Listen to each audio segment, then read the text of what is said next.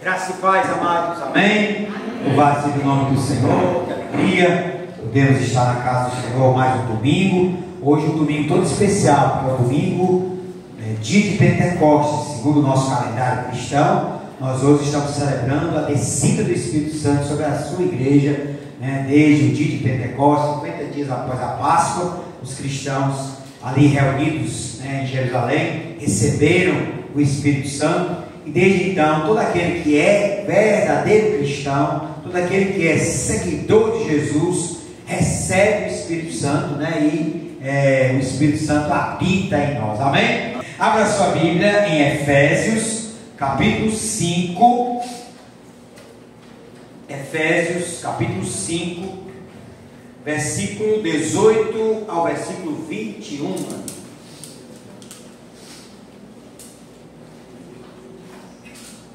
Efésios capítulo 5, versículo 18 a 21. Diz assim então a palavra do Senhor: E não vos embriagueis com vinho, no qual há dissolução, outras traduções, no qual há contenda, mas enchei-vos do Espírito, falando entre vós com salmos, entoando e louvando de coração ao Senhor com hinos e cânticos espirituais, dando sempre graças por tudo ao nosso Deus e Pai, em nome do Senhor Jesus Cristo, sujeitando-vos uns aos outros no temor de Cristo. Vamos orar pela palavra do Senhor. Deus eterno, Pai celeste, nós te damos graças, Senhor, pela Tua palavra. Te louvamos, ó Deus, porque ela é viva, eficaz, mais cortante do que espada de dois gumes, e apta para discernir os pensamentos do coração. Por isso, ó Pai, em nome de Jesus, que neste momento nós possamos estar nos expondo à Tua palavra, de tal modo que sejamos transformados, que sejamos trabalhados e desafiados a viver segundo a Tua boa, perfeita e agradável vontade. É o que nós oramos, no nome de Jesus, Teu Filho, nosso Senhor e Salvador. Amém. Amém. Amém, meus amados irmãos. Então nós lemos Efésios capítulo 5, versículos 18 a 21, neste que é o dia chamado de Pentecostes, quando celebramos a descida do Espírito Santo. Nada melhor do que nesta noite refletirmos então sobre o Espírito Santo, e esta é uma das muitas passagens bíblicas que nos falam acerca do Espírito Santo de Deus. Eu começo essa reflexão com um livro que foi lançado na década passada, de Francis Chan, famoso autor americano, pastor, tem já vários outros livros lançados, mas esse livro foi best-seller, é um dos livros mais lidos dos Estados Unidos, também no Brasil. E esse livro, o título é O Espírito Santo, o Deus Esquecido. O Deus Esquecido. Francis Chan, nesse livro, ele trabalha a ideia de que se há algo que é negligenciado, que tem sido esquecido, que tem sido subestimado, é o Espírito Santo na vida de boa parte dos cristãos. Então, Francis Chan, inclusive, tem uma frase que é muito impactante nesse livro, que ele diz: se eu fosse Satanás, se eu fosse o inimigo, eu faria então um esforço sobre medida para que todos os frequentadores de igreja, todos aqueles que se chamam cristãos, esquecessem, negligenciassem, subestimassem o Espírito Santo de Deus. Essa frase é impactante porque, mesmo Francis Chan não sendo o diabo, Satanás, mas ao que parece, essa tem sido uma negligência, esse tem sido um esquecimento de boa parte dos cristãos. Talvez atribui-se ao fato de que, com o advento do pentecostalismo em 1905, há muitos dos cristãos passaram a entender a questão do Espírito Santo como mais uma propriedade da subcultura pentecostal, que muitas vezes se prestou a diversos excessos, há diversos abusos, mas há um dito latino que diz: o abuso não descarta o verdadeiro uso. Daí é que nós cristãos, sejamos tradicionais, históricos ou mesmo pentecostais, precisamos sim lembrar e vivenciar a vida do Espírito de Deus. E esse é um dos muitos textos que nos lembram dessa verdade, dessa realidade que nós não podemos negligenciar. Hoje, quando celebramos o dia de Pentecostes, é uma doutrina que nós cristãos temos muito prazer em dizer, é que todo o cristão, todo discípulo de Jesus, ele é alguém cujo Espírito Santo já habita. O Espírito Santo desceu no Pentecostes sobre a igreja, e todo aquele que é cristão já recebeu o Espírito Santo. Portanto, todos nós podemos dizer, nós já temos o Espírito Santo. No linguajar pentecostal, todos nós já fomos batizados com o Espírito Santo. Muito embora na doutrina pentecostal, batizar-se com o Espírito Santo é falar em línguas, tem essa evidência. Mas nós, cristãos históricos, tradicionais, entendemos que ser batizado com o Espírito Santo é receber o Espírito Santo, e o Espírito Santo nos imergir, nos colocar no corpo de Cristo. Daí que todo cristão, todo discípulo de Jesus, o Espírito Santo já habita em nós. E nós já recebemos o batismo do Espírito, conforme Paulo também, na Epístola aos Efésios, diz que nós fomos batizados num só Espírito. Amém, amados? Agora, uma coisa é o Espírito Santo habitar em nós, outra coisa é nós nos enchermos do Espírito Santo. E é esse que Paulo está dizendo aqui nesse texto sagrado. E aí eu queria, ao refletir com os irmãos sobre esse texto, já descartar uma ideia que é muito própria da subcultura pentecostal, que identifica alguém cheio do Espírito como geralmente alguém que está vermelho, Geralmente os pregadores na linha pentecostal entendem que alguém cheio do Espírito é alguém que sobe ao púlpito e fica vermelho, que fala em línguas, que profetiza, que interpreta línguas. Mas essa é a subcultura pentecostal que criou isso. Na verdade, a Bíblia não fala disso. A Bíblia, e nesse texto, é muito didático para nos ensinar sobre isso. Esse texto vai nos ensinar o que é uma pessoa cheia do Espírito. Quais as evidências de alguém que é cheio do Espírito. Então, mantenha sua Bíblia aberta, Efésios capítulo 5, do versículo 18 a 21, e nós vamos ver aqui 4 características de alguém cheio do Espírito.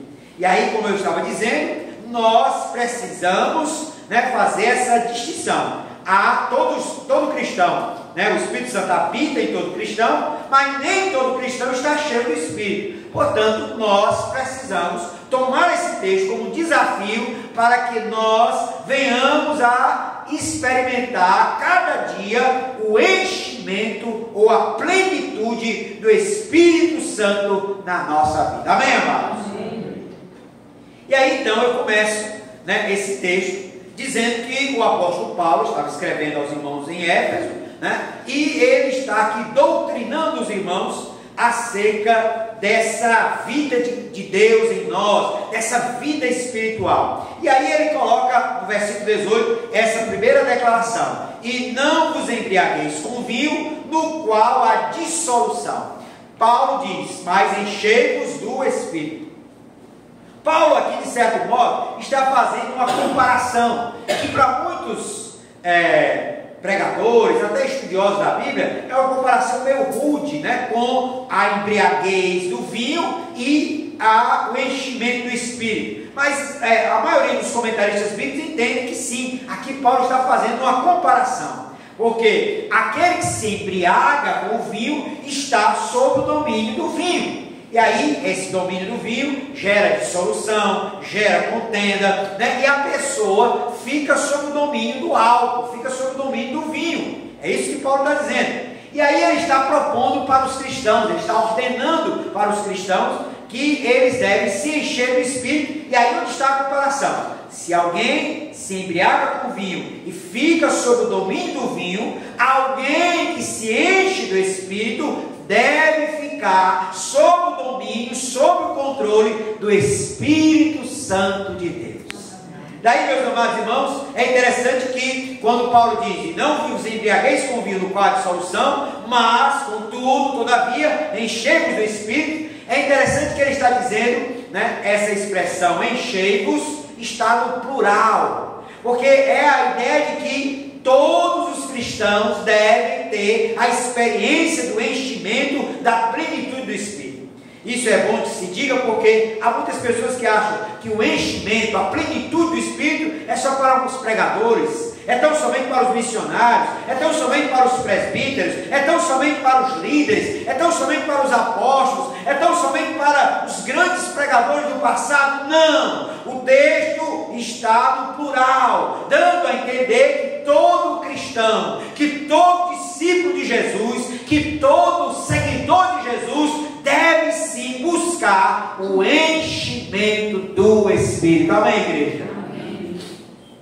Outra questão também que o texto, já nessa primeira frase, nos dá a entender, é que esse enchimento, ele é algo contínuo, né? A expressão, inclusive no original em grego, está no verbo auristo, que é a ideia da continuidade, né? E aqui no português mesmo, enchei-vos, é a ideia de que eu não vou só procurar ter só uma experiência, mas eu vou estar continuamente buscando essa vida plena, cheia do Espírito de Deus.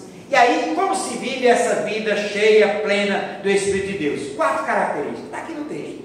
4 características de uma vida cheia do Espírito. Primeiro, versículo de número 19. Olha a primeira característica de alguém cheio do Espírito, de alguém que se deixa dominar pelo Espírito e é cheio, é pleno do Espírito de Deus. Primeira característica: falando entre vós com salmos.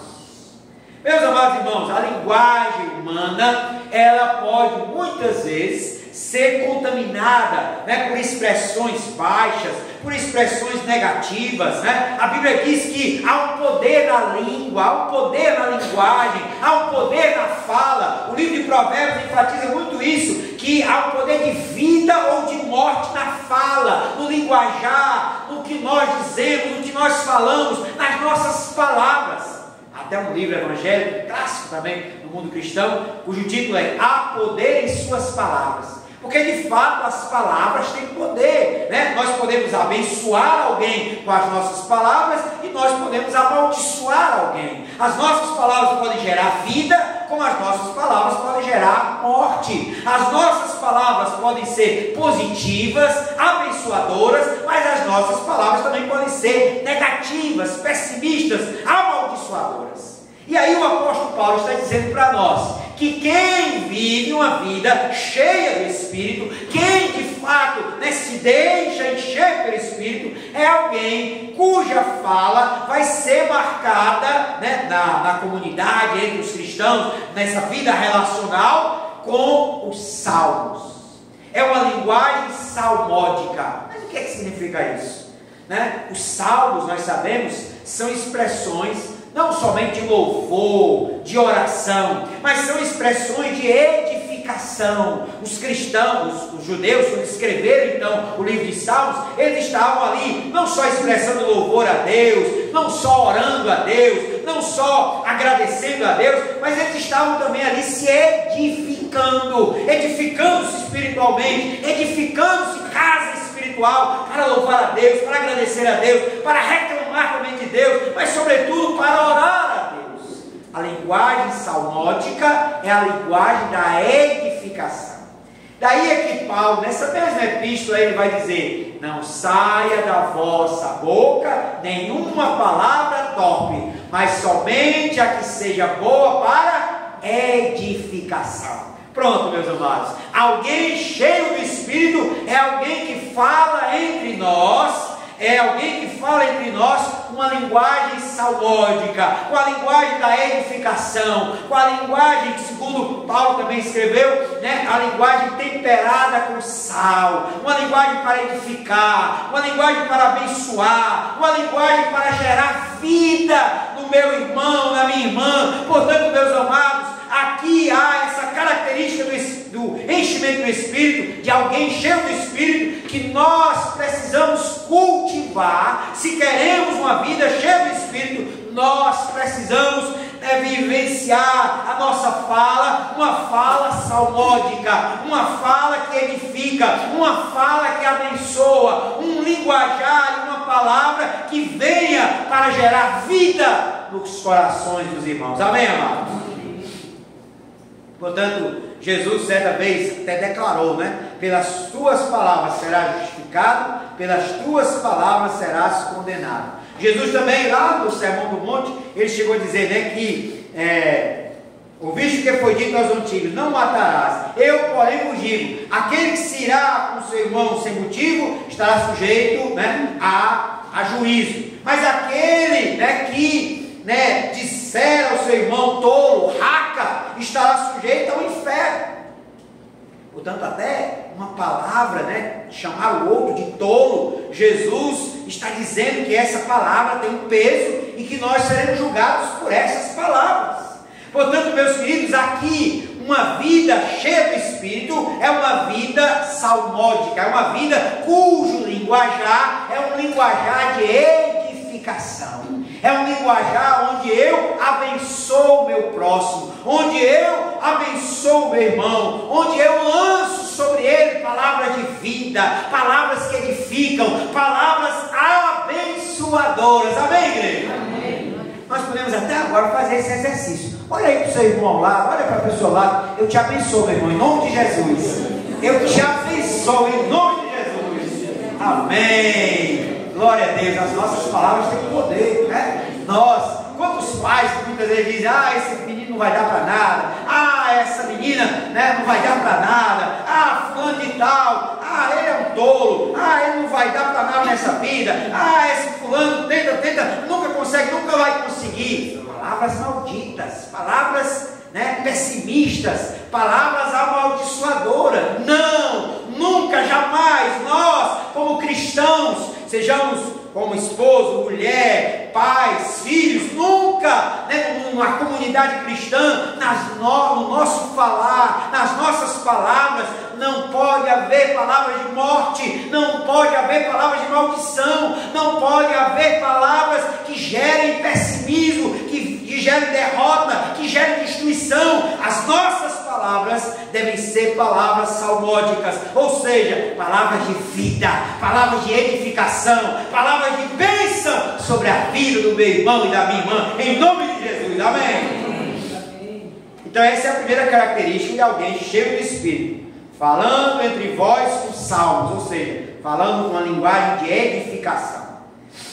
A segunda característica está aqui, no versículo ainda 19, entoando e louvando de coração ao Senhor com hinos e cânticos espirituais. Meus irmãos, aqui o texto sagrado está dizendo para nós, o apóstolo Paulo, inspirado pelo Espírito, de que alguém cheio do Espírito é alguém que em todo o tempo está louvando e está glorificando a Deus, e com isso faz uso de hinos e cânticos espirituais.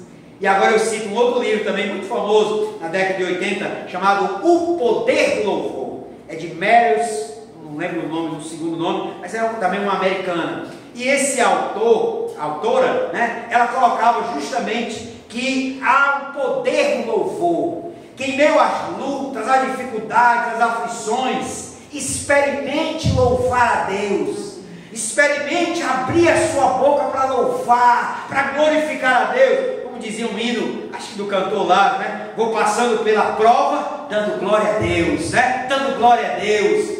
De fato, meus amados irmãos, se nós entendemos que o louvor liberta, o louvor traz a presença do Senhor sobre a nossa vida, e o louvor de fato liberta, que é um exemplo bonito, né? A Bíblia Sagrada diz, né, lá em Atos dos Apóstolos, Paulo e Silas estavam presos, né? Estavam presos no cárcere lá da cidade de Filipos. E aí, à meia-noite, eles estavam lá. Mas o que eles estavam fazendo? Murmurando, conversando, reclamando pelo fato de que eles estavam injustamente presos, de que eles tinham sido açoitados, de que eles tinham sido presos porque os homens daquela cidade os condenaram, porque eles libertaram uma mulher que estava endemoniada e que era adivinha.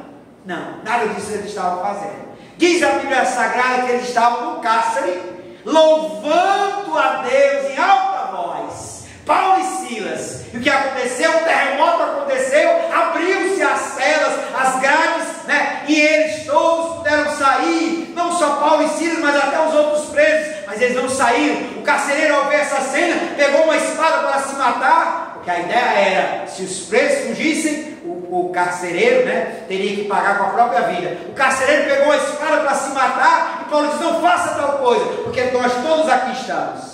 Aí então ele perguntou: senhores, que farei para ser salvo? E aí Paulo então, né, talvez ele tenha perguntado até no sentido de salvar-se daquela situação, mas Paulo, na sabedoria que Deus lhe deu do Espírito, diz, né, crê no Senhor Jesus e será salvo tu e a tua casa. Ele creu e a sua casa creu, e naquele dia todo ele e a sua casa foram batizados, se tornando cristãos. Aleluia! Meus amados, há um poder do louvor. Louve ao Senhor, glorifique ao Senhor de coração sincero, com a alma. É por isso que Paulo está dizendo aqui: aquela pessoa, aquele crente, aquele cristão cheio do Espírito é alguém que sabe entoar e louvar de coração ao Senhor com hinos e cânticos espirituais. Amém, amados? Nós hoje temos o auxílio, né, de hinários, podemos ainda utilizá-los, né, grandemente. Às vezes no culto a gente usa uma vezinha, né, mas no culto devocional, pessoal, você pode fazer isso também. Compra um hinário, seja ele o nosso CTP, né, mas já também um cantor cristão, a harpa, seja qual for o hinário, pega um hinário, né. Eu faço isso às vezes deitado numa rede, né? Fazia muito isso lá no Ceará, mas aqui também já fiz alguma vez. Deito numa rede, abro o hinário, aí fico me balançando e louvando ao Senhor. Como é bom poder sentir a presença de Deus, como é bom poder louvar, como é bom poder glorificar. Quando a gente louva, a presença do Senhor vem sobre as nossas vidas, o Espírito de Deus vem nos encher, e a gente então é cada vez mais edificado na nossa vida espiritual. Meus amados, é por isso que nós precisamos desenvolver uma vida cheia do Espírito, e para isso nós precisamos cada vez mais aprender o poder do louvor. Amém, amados? Louve ao Senhor em todo tempo, louve ao Senhor com a sua vida, louve ao Senhor com cânticos, com hinos espirituais. Nós temos uma riqueza, não só nos hinários, mas na própria Bíblia, né? Há diversos cânticos que a gente descobriu ao longo da história, né? Vários cristãos criaram cânticos com textos bíblicos, e a gente pode cantar os cânticos espirituais na própria Bíblia, como também dos hinários, que também são baseados na Bíblia. Eu costumava ensinar aos meus filhos, ainda quando criança, a aprender versículos da Bíblia com canções que eu criava.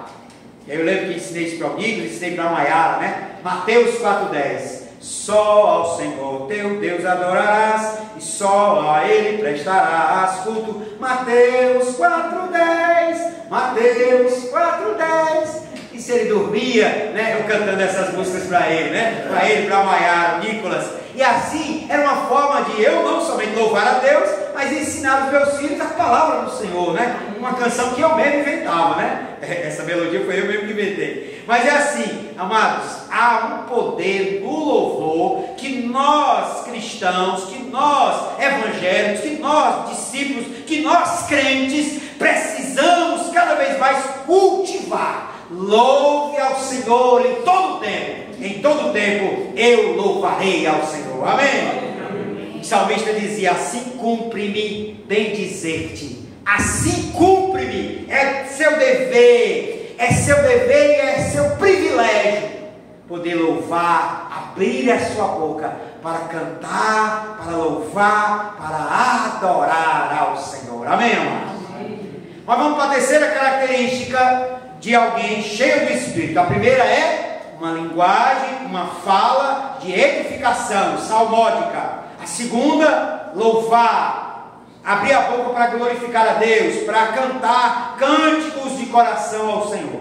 A terceira está no versículo 20. Quem é alguém cheio do Espírito é alguém que, segundo o versículo 20, dá sempre graças por tudo a nosso Deus e Pai, em nome de nosso Senhor Jesus Cristo. Meus amados, aqui a Bíblia então está nos apresentando a terceira característica de alguém cheio do Espírito. É alguém que sabe dar graças. É alguém que sabe agradecer ao Senhor. E sabe agradecer ao Senhor por tudo. Eu lembro que Richard Foster, um autor cristão evangélico, dizia que a linguagem do reino é a linguagem da gratidão. E a murmuração é música para o diabo. É música aos ouvidos do diabo. Sim, meus amados, porque nós, seres humanos, temos muitas vezes a tendência a murmurar, a reclamar. Mas o salmo, esse texto lá de Efésios, está nos ensinando que alguém cheio do Espírito é alguém que entendeu que o mais importante na vida não é reclamar, não é murmurar, mas é agradecer. Amém, amados? Paulo, escrevendo aos Tessalonicenses, ele diz: em tudo dai graças, porque esta é a vontade de Deus em Cristo Jesus para convosco. Escrevendo aos Colossenses, ele diz: sede agradecidos. Mas aí, meus amados, esse texto está dizendo para nós, como também os outros, que nós devemos agradecer por tudo. Tudo. O bem, o mal, a bênção, como também a dificuldade, a aflição, a provação, a prosperidade, a situação de privação, tudo deve ser motivo de agradecimento a Deus. E aí está um grande segredo espiritual, porque nós temos a tendência de agradecer somente quando tudo está bem. Ah, Senhor, eu te agradeço pelo meu emprego. Ah, Senhor, eu te agradeço pela minha saúde. Ah, Senhor, eu te agradeço pelo meu marido, pela minha esposa. Eu te agradeço pelos meus filhos. Eu te agradeço por esta casa. Eu te agradeço pelo meu carro. Eu te agradeço pelas vestes. Quando tudo está bem, ah, Senhor, eu te agradeço pela minha conta bancária. Eu te agradeço pelo meu salário. Eu te agradeço, Senhor, pela minha igreja. Quando tudo está bem, nós sabemos agradecer. Mas, querido, o texto sagrado está dizendo para nós que alguém cheio do Espírito é alguém que sabe dar graças por tudo. As dificuldades, as provações, as decepções, as aflições, tudo deve ser motivo de gratidão, de ação de graças do povo de Deus ao Senhor. Amém, amados? Nós devemos dar graças por tudo. Eu sei que isso é difícil e é desafiador para nós.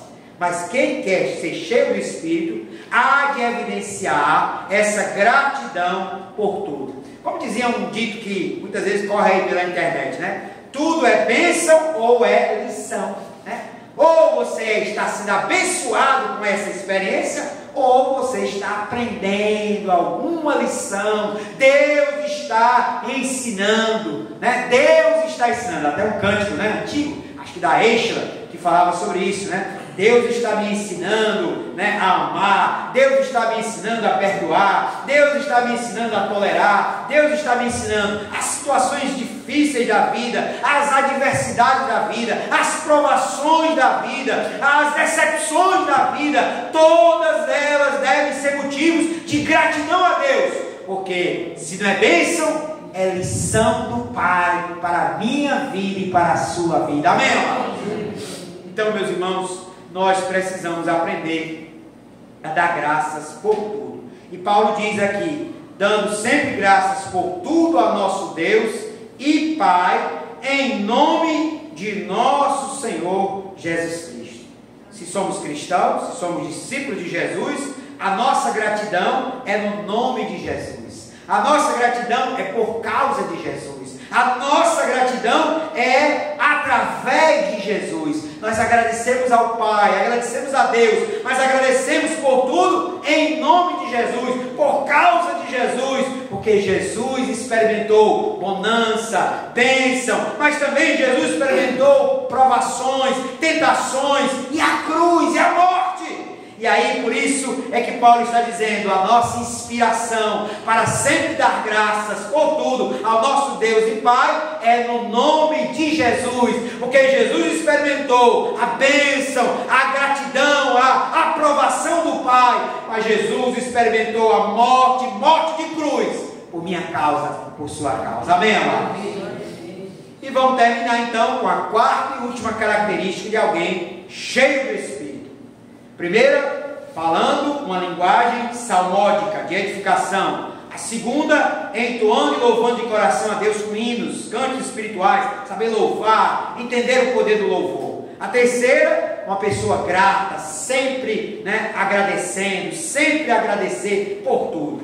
E a quarta e última característica é a submissão uns aos outros no temor de Cristo. Na minha tradução tem sujeitando-vos uns aos outros no temor de Cristo. Eis então a quarta e última característica de alguém cheio do Espírito. Alguém que é submisso ao outro. Nós sabemos que na nossa sociedade, no nosso mundo secularizado, há a ideia de que todo ser humano deve ter a sua autonomia, que ninguém deve depender do outro, que todo mundo deve dizer, eu me basto, eu não preciso de ninguém, eu não necessito de ninguém, eu não dependo de ninguém, eu me basto, por mim mesmo eu me basto, eu sou o que sou. Essa é a linguagem e essa é a ideia que muitas vezes prevalece no mundo, é a ideia de que cada um por si, e que eu devo prevalecer sobre os outros, eu não devo depender de ninguém, de que eu me basto por mim mesmo, que eu devo resolver as minhas coisas por mim mesmo. Mas aí o texto sagrado está dizendo para nós que alguém cheio do Espírito é alguém que reconhece que nós estamos no reino de Deus, nós estamos numa comunidade cristã, onde nós somos interdependentes uns dos outros, e para viver essa interdependência, eu me sujeito a você, e você se sujeita a mim. Amém, irmãos? Olha que princípio bíblico super interessante e desafiador para cada um de nós. A sujeição mútua. É um dos mandamentos de mutualidade na Bíblia, né? Sujeitando-vos uns aos outros no temor de Cristo. Então eu devo viver essa submissão ao irmão. O irmão deve viver essa submissão a mim. Nós devemos nos sujeitar uns aos outros e realmente viver essa interdependência. Por quê? Porque eu preciso de você, como diz o canto sagrado, né? Eu preciso de você, você precisa de mim e nós precisamos de Cristo até o fim. Portanto, meus amados, a sujeição é uma doutrina bíblica. Muito embora o versículo 22 vai falar da submissão feminina, e muitas das feministas do nosso tempo e do passado também se revoltam contra esse versículo, mas na verdade o versículo 21 coloca que essa submissão não é tão somente da mulher para com o seu marido, mas também do marido para com a mulher, mas também do cristão para com outro cristão. Portanto, na comunidade cristã, nós interdependemos uns dos outros e estamos sujeitos uns aos outros, submissos uns aos outros, por causa do temor do Senhor. Amém, amados?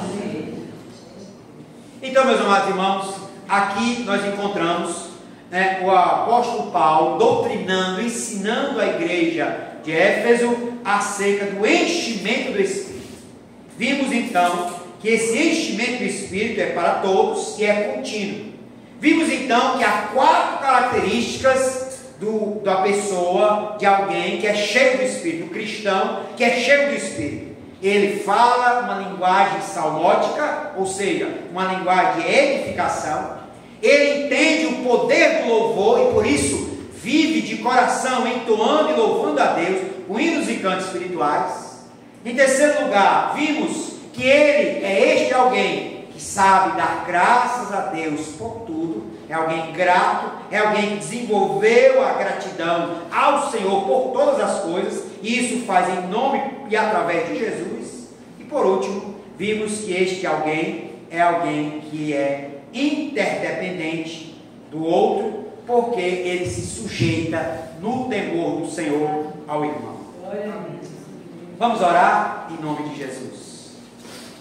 Obrigado, Pai Celeste, obrigado, Espírito Santo de Deus, porque no dia de Pentecostes o Senhor desceu sobre a tua igreja, sobre os apóstolos, sobre os 120 irmãos que estavam ali no cenáculo. E desde então, Senhor, a tua igreja recebeu o Espírito Santo, e cada crente, cada cristão, cada homem e mulher que invoca o nome de Jesus, o Espírito de Deus vem habitar nesta pessoa. Por isso nós te damos graça, porque o Espírito Santo já habita em nós. Mas, Senhor, nós queremos mais de Ti. Nós queremos navegar no oceano do Espírito. Nós queremos o enchimento do Espírito. Para isso, Pai, que nós possamos falar entre nós essa linguagem da edificação, que possamos, ó Pai, entoar, ó Deus, cânticos e hinos espirituais ao Senhor, que possamos dar graças ao Senhor por tudo, e que possamos nos sujeitar ou nos submeter uns aos outros no temor de Cristo. É assim que nós oramos, Pai, te dando graças, em nome de Jesus, por tudo. Amém. Amém.